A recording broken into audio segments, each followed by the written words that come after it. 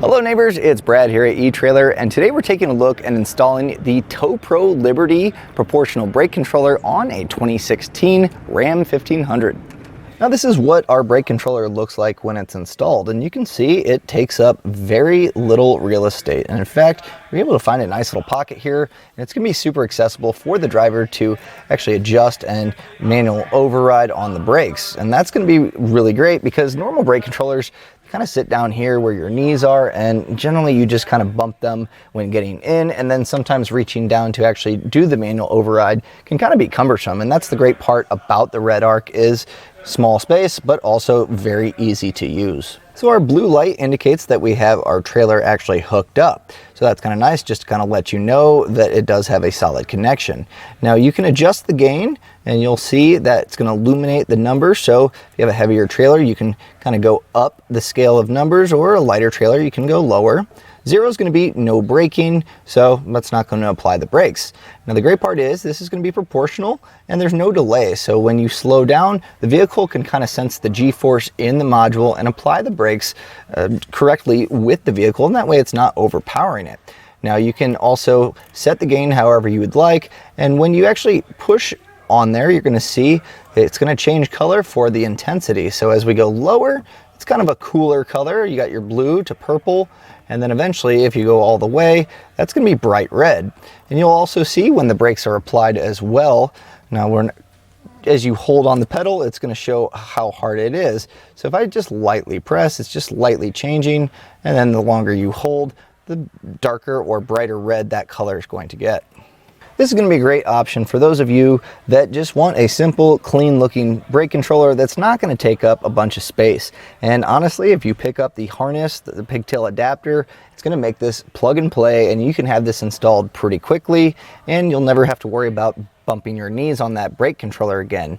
You can mount it exactly where you want it, and that way you kind of have that customizable location rather than a large brake controller where you're kind of limited to underneath your steering wheel.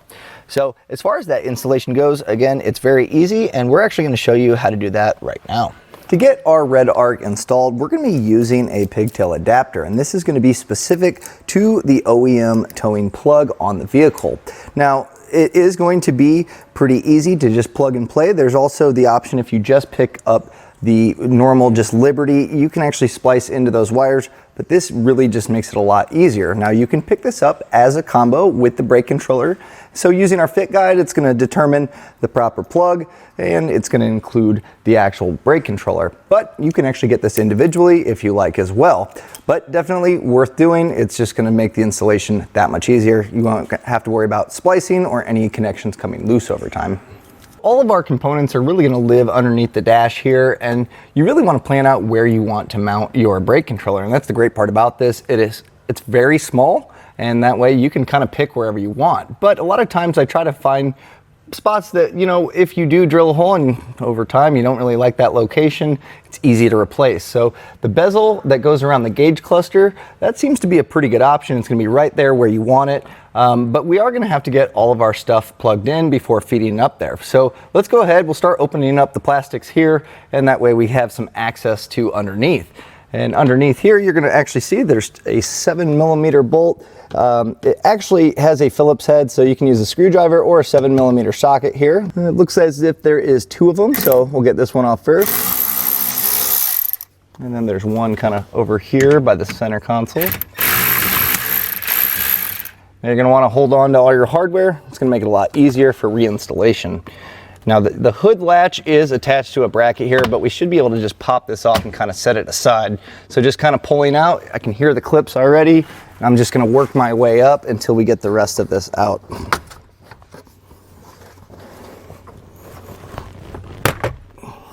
And there we can kind of just set this down. That's going to gain us this access. And what we're going to be looking for, since we have our pigtail, we're going to be looking for the male end of this plug. So I'm going to go under there, find it, and we'll be able to get this clipped in.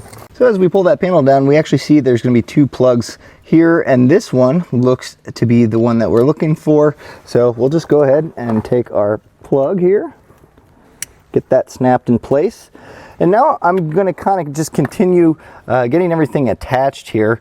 and that way we can kind of have everything bundled. There's going to be plenty of extra wire here to kind of route wherever we need, but again, I'm going to be using this bezel here so I can kind of get everything put together, and then we can work on getting that actually mounted up. So grabbing our actual module here, going to be pretty easy to just pop in place. So now we have this Ethernet style cable here. We'll just go ahead and plug it into the end of your actual module. And then the other one is going to be plugging into the back of the brake controller itself. So what I'm going to need to do here is actually get our bezel out so I can get this in place, and then we can plug it all together. Now to take this bezel off, if you are choosing to mount it right about here, you're going to be using a small Torx bit. In fact, it's going to be a T20. There's 4 screws total. You're going to see 2 are pretty easy to get to. The other 2 are kind of recessed a little bit, but I'm going to go ahead with my T20, get those removed, and then we can pop this panel out. With those 4 screws out, you can kind of just pull down, and you're going to see these little kind of spots here that'll be a little bit taller. So we'll have to kind of work those out, and that's going to allow us to kind of get the rest of this popped out. It does have some clips down here, so just kind of pull straight out here, and that is removed. So as you can see, there's a nice little pocket here, and it's going to be big enough to actually mount this up, and that way it's right next to where the driver's controls are. You can easily access it, and there's also space here to be able to put this in place, and then it's not going to make any it's not going to have any issues with running into things. Sometimes when you mount these up, it's hard to see how far back you can go, and then they don't fit well. This seems to be a perfect little pocket. So with the bezel out, we can kind of start to plan out exactly where we want it. Now you're kind of limited a little bit, but this pocket allows us to really kind of get exactly where we want it. So what we're going to be doing is finding a drill bit. 3/8 is pretty close here, and that's going to be about the same diameter as the knob, because that's what's going to be poking through. So I'm going to go ahead and find my center mark here where I'm pretty happy with it, and then just go ahead and make that hole. So as it kind of sits right here, I'm going to say right about here is going to be a good spot. So let's go ahead and get this drilled through.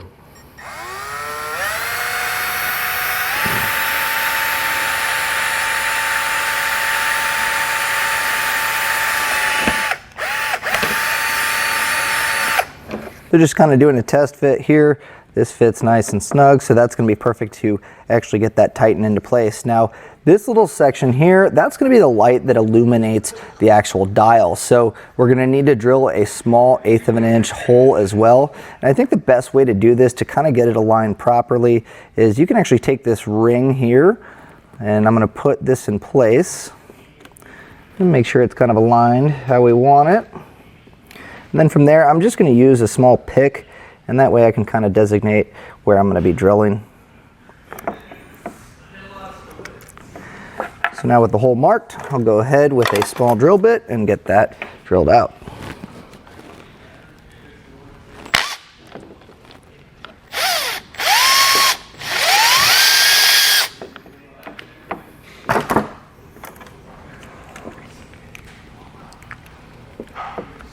I might have to do just a little bit of cleaning of that hole, but we should be able to get this in place. Now, it might be some flashing here on the hole, on both of them actually, so you're going to want to go back and just kind of clean that out.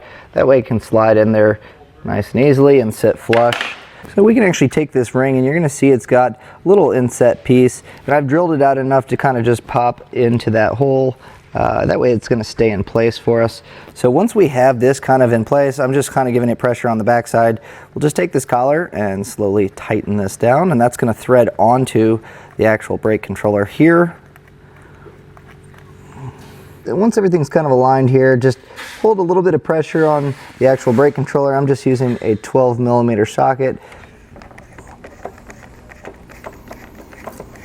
So once you have that tightened down, we have our light in place. This is facing up. And I've just gone ahead and just tightened it down until that 12 got pretty tight. It should hold that in place. You don't want to crank it too hard just because that can cause some plastic cracking here. So what you'll do next is actually take the knob, and I'd turn it all the way counterclockwise, and that way we know where our 0 mark is.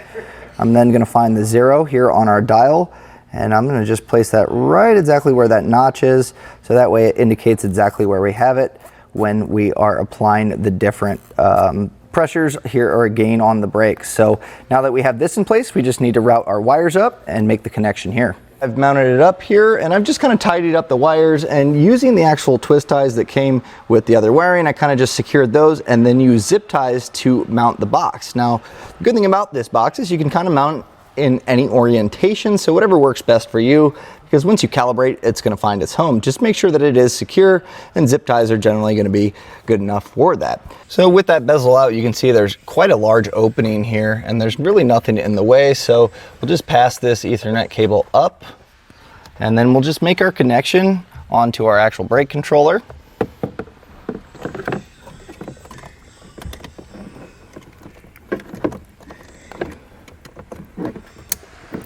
Once that's snapped in, I'm just going to give it a quick push just to make sure it's working. Blue light, and that's a good sign. So now I can actually get our bezel back in and our screws back in place as well.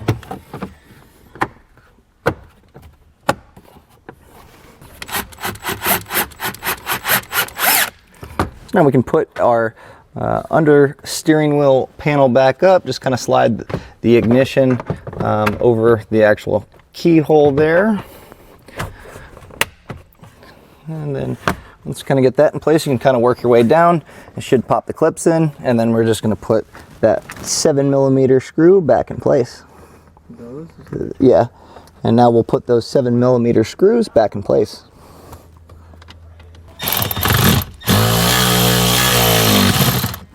Now that's pretty much it for the install, but before we use the brake controller, we're going to need to calibrate it. So we're going to take this out on our test course, and I'll show you how to calibrate yours. So now we actually are out on our test course here, and you're going to see a blue and green flashing. And what I'm going to do is just kind of a series of just kind of normal driving, kind of get up to 20 miles per hour, show, stop.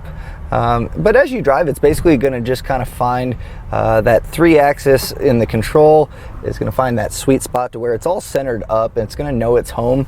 And once it does that, it's going to turn a solid blue. So just kind of drive around, slowly hitting your brakes here and there, just to kind of allow that 3-axis to kind of move around and really figure out where it's at. And once you do probably 3 to 4 stops on the brake, you should be able to see this turn solid blue.